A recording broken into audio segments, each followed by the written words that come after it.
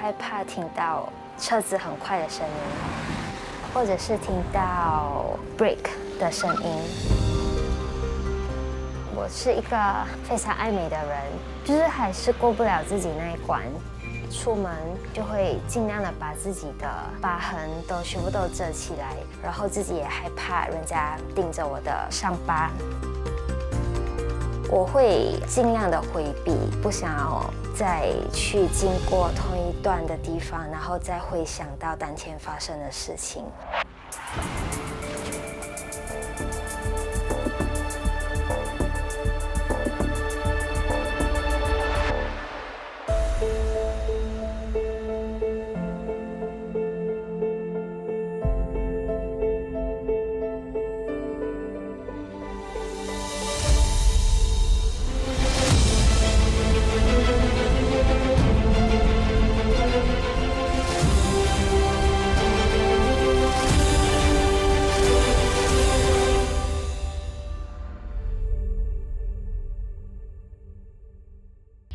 丹戎八葛路清晨发生致命车祸，一辆宝马轿车撞入电屋之后起火狂烧，29岁司机同4名乘客当场宣告不治。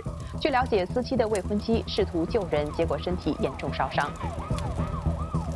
我是胡秀慧，我为了要救我的男朋友还有朋友们，冲入了火海。火势很大，他们再不出来的话就很危险了。当时你真的没有办法想这么多。当我去动到那个门的时候，那个火就是顺着那个门把传到我的身上来。被烧伤了过后，我就跑到那个建筑物的对面，还是一直在叫他们，但是就完全没有反应，然后就看着，就很无助，就只能坐在那边看着一切发生。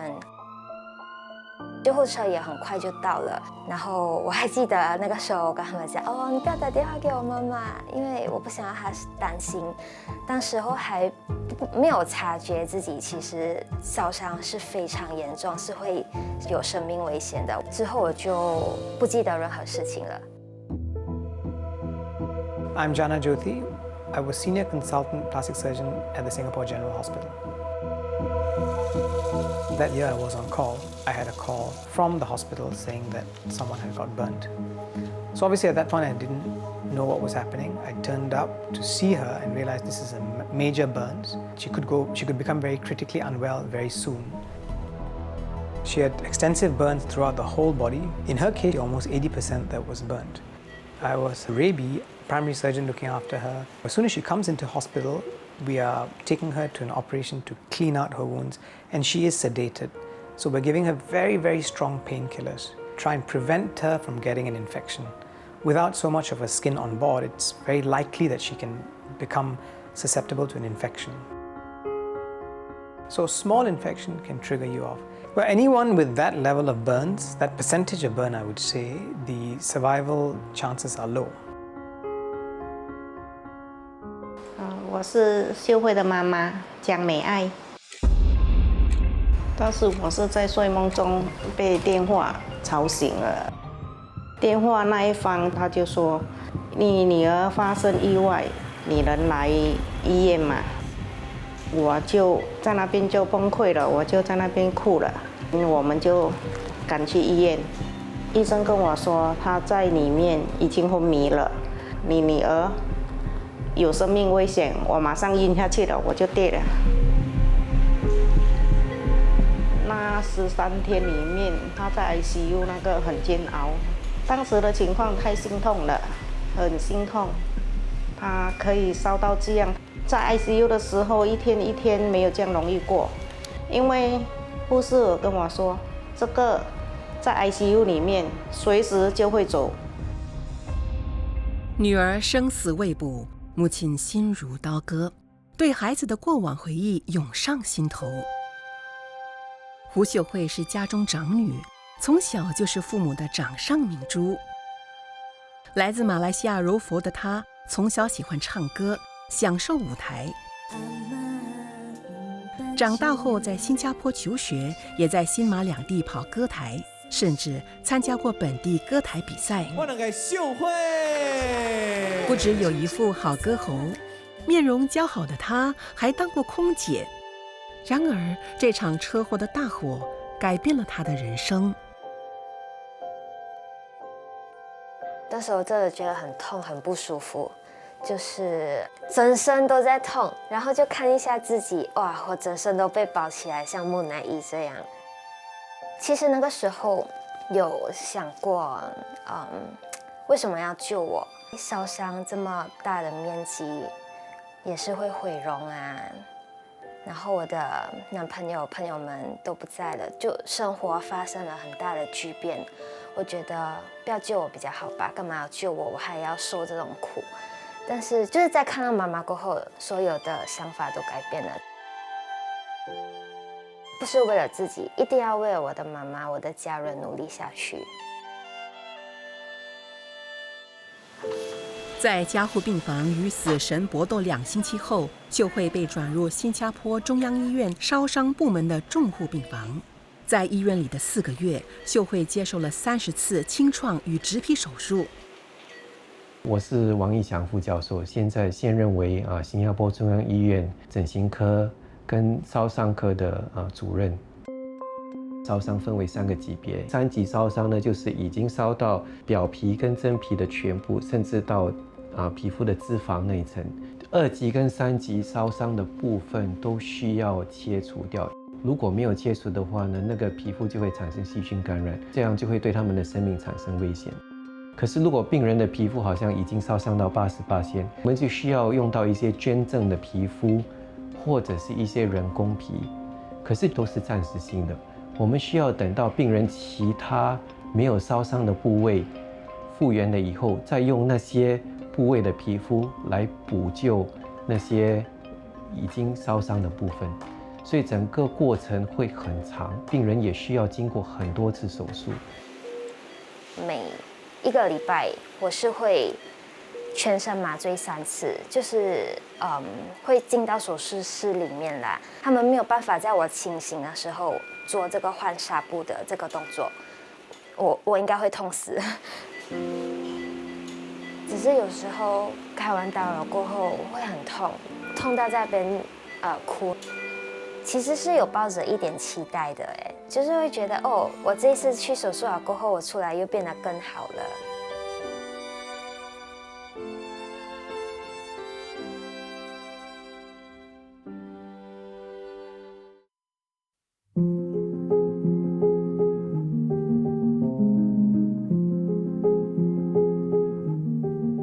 4个月后，我终于出院了。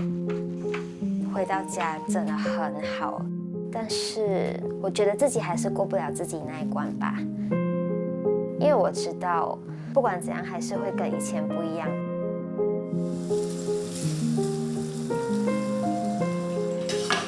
慧啊，出来吃饭啦！煎三文鱼咯 ，ABC 汤你最喜欢的咯。一出院的时候，行动上还是有一些不方便的，就连冲凉我都是需要我的妈妈帮我。然后那个时候就真的觉得，哦，我已经这么大了，我妈妈的孩子，她还要再继续做很像对 baby 做的这些东西，就觉得自己心里很过意不去啦。穿一下那个压力衣，很不舒服不舒服也要穿，没有办法的，穿这个好很多了。都不知道穿到几时。啊，穿到扁下去先。妈妈从小就是一个虎妈。她不是那种用言语表达爱的人，就是很像小时候跌倒，她就会骂，哎呀，为什么又跌倒这种东西。但是知道，其实妈妈真的是很爱你的。来，帮你按你的那个伤疤。烧伤后的伤疤是疤痕增生。这个伤疤是很硬，然后它会影响我的关节，就是我的关节会硬化，会动不了。所以这个物理治疗师就会教我妈妈要怎么按摩这些，所以我妈妈每天比我还要勤劳。当初没有想到说辛苦，我只要她好起来，她能从医院走出来，从鬼门关走出来就已经很开心了。之前在 ICU 的时候，我最喜欢的是你这样子帮我按脚，因为那 ICU 很冷，然后你的手很温暖。就感觉妈妈的手很温暖，我一辈子都会记得那种感觉。你在 ICU 的时候没有一个地方可以摸了，只有脚底，全部包到密密了，只有脚底可以摸而已。剩下脚可以动也是。被活稳至今已3年，秀慧的身体从无法自理恢复到能独立出门，但康复之路还未到尽头。秀慧现在每6个星期依然得到医院接受激光雷射除疤和重建手术。严重烧伤病人康复的过程来得更艰难、更辛苦、更漫长，疤痕增生，疤痕很痒，怎么面对社会？这些种种的困难，所以他们意志力要比一般的病人更强。前面几个月或者几个月以内呢，很多病人会产生忧郁症，产生自卑感，不敢面对社会观众。所以我觉得心理方面的康复相对比生理的更困难。基本上最大的区别是病人自己的意愿，他们要愿意走出这个阴影。我只能够变得比较好一点，恢复到跟以前一样是完全不可能了。最不适应的当然就是要重新接受新的自己。当然有时候会觉得，哇，会一直会看回以前的照片、以前的视频，这些自己唱歌的视频，这些就会觉得，哇，以前我真的很想要回到以前。然后那个时候就会觉得非常伤心难过，就是自己现在好像什么都不能做，也不能唱歌，也不能穿我爱穿的衣服，把自己全部都包起来了，因为皮肤还不能晒到太阳，然后自己也害怕人家盯着我的伤口。以前的我是一个非常有自信的人，但是在车祸过后就开始变得自卑、怕人。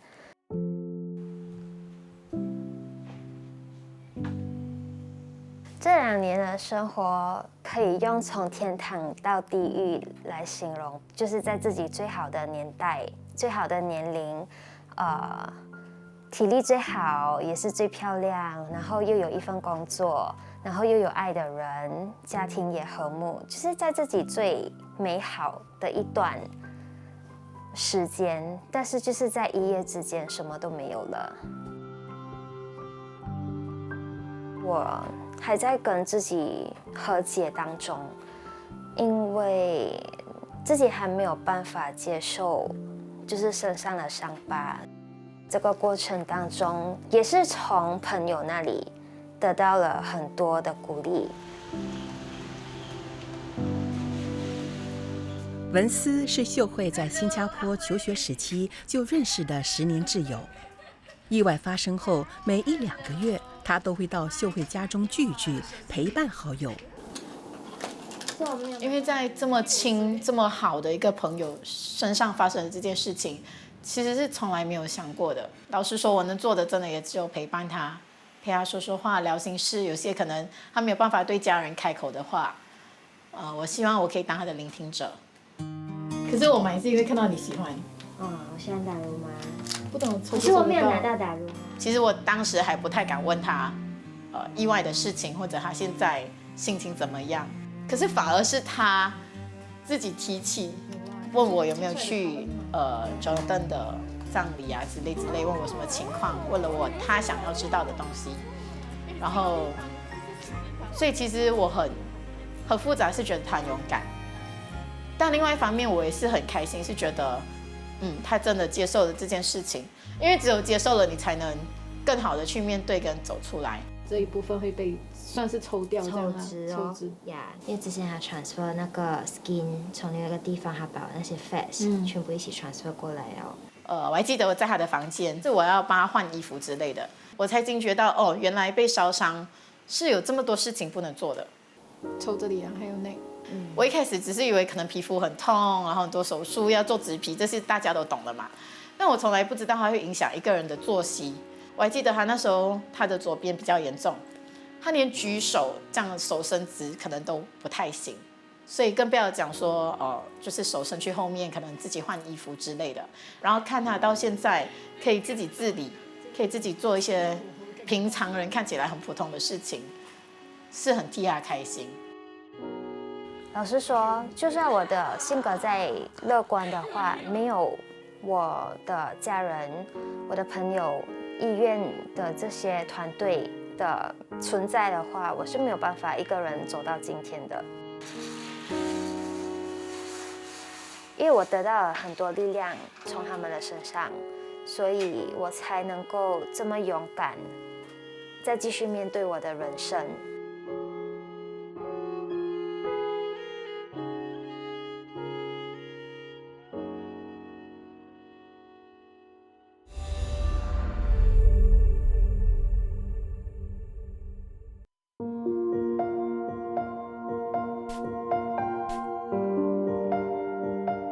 挥别过去，面对新的自己。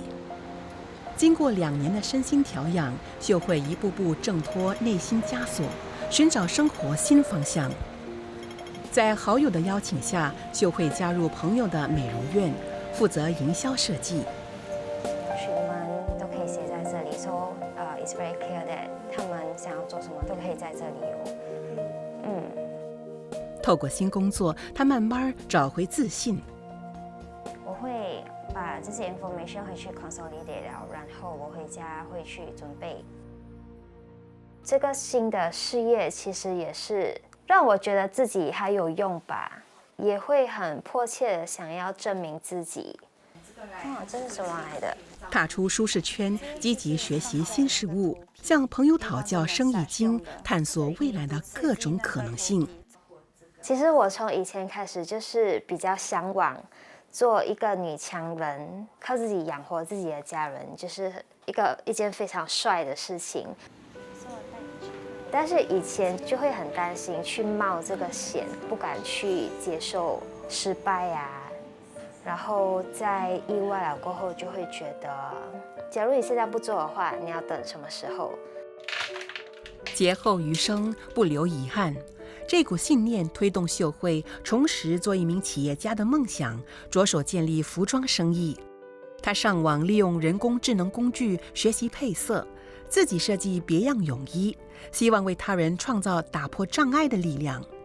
现在也因为皮肤不能晒太阳，也是因为不想要让人家看到我的伤口，就突然间燃起了一个想法，就是想要自己设计，就是这种比较保守的游泳衣。不管你身上有什么疤痕，还是你对自己的身材不满意，还是你比较保守，但是都不能够阻止你打扮变漂亮的这个权利。对未来的期许，慢慢抚平内心伤痕，也让热爱旅行的秀慧再次收起行囊，去探索世界的美。想要通过自己旅行，有跟自己多一点独处的时间，自己平复自己的心情，跟自己对话，然后自己变得更加独立吧。康复的这段期间去旅行的时候，就会感觉这个就是还活下来的一些小美好吧。有一次，我去巴厘岛，我就看到了我人生中看到了其中一个最好看的日落。在当下，我看到那个日落漂亮成这样，我有流了一滴眼泪，这样就会觉得哇，其实这个世界真的很美耶。旅途的美好让秀慧找回了对生活的向往，感受到自己还活在这世上的幸福，回不去的从前也能更勇敢面对。过去是歌台歌手，如今只能是观众，看着曾经属于自己的舞台，内心百感交集，却没想过就此放弃心中所爱。是很想念以前能够打扮到美美，然后在台上表演，然后接受观众的掌声的那种感觉。现在我大概每6个礼拜都还会开1次刀，所以其实身体上一直都会有伤口啊这些，所以很让我们不方便去做运动这些。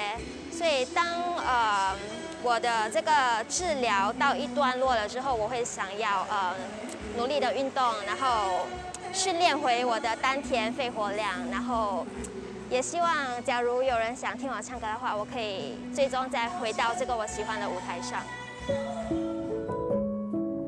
找回从前的自己未完待续，但天人永隔却是以无法挽回的结局。其实现在是有比较接受了，男朋友已经不在了，慢慢的走出来了。每一年他的生日，我跟他的家人都会特地在他生日的这一天出去吃饭啊，这些就是当作我们还在为他庆生这样。